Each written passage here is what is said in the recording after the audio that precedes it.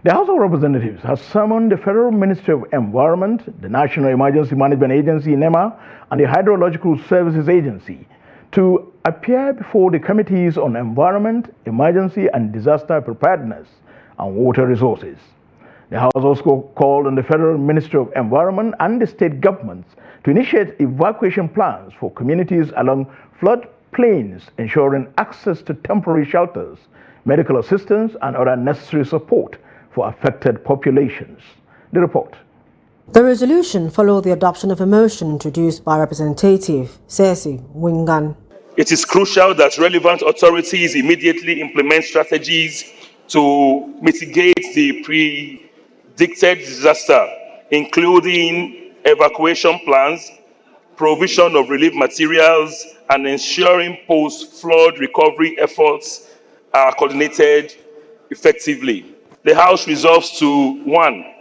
Summon the Federal Ministry of Environment, the National Emergency Management Agency, and the Hydrological Services Agency to appear before this Honorable House to explain what precautionary measures are being implemented to safeguard lives and properties in the predicted flood zones. In a separate resolution, the House of Representatives urged the Independent National Electoral Commission (INEC) to relocate its local government offices to secure neutral locations and ensure adequate provisions in the 2025 budget for the project. The House further directed the Committee on Electoral Matters to collaborate with INEC and other relevant stakeholders to ensure compliance and report back within 4 weeks. Presenting his motion, Representative Sunday Namchi pointed out that many INEC offices are currently located within local government headquarters. He expressed concern that this proximity may compromise INEC's independence in conducting national elections and may expose it to influence from local government authorities, especially in areas controlled by a single political party.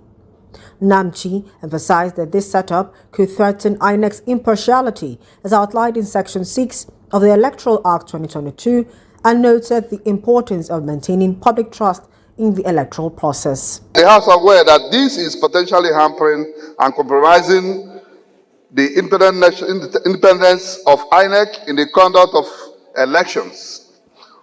The House observes that this proximity exposes INEC to manipulations and control by interest groups, particularly in areas dominated by a single political party. The Green Chamber has also urged the Ministry of Aviation and Aerospace to hold the issuance of airstrip licenses to private individuals and organizations and to revoke any existing approvals. This move is intended to strengthen national security. The decision followed the adoption of a motion raised by Representative Sulaiman Gumi, who expressed concerns over ongoing security challenges linked to the illegal importation of firearms, ammunition, and hard drugs. He noted that security agencies have struggled to trace the sources of these supplies, which fuel insurgency, kidnapping, and separatist violence across Nigeria.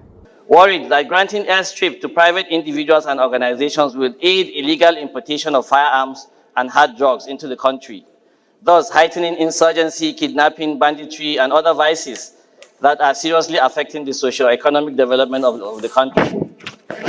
The House resolves to 1. Call on the Ministry of Aviation and Aerospace to stop issuance of airstrip licenses to private individuals and organizations.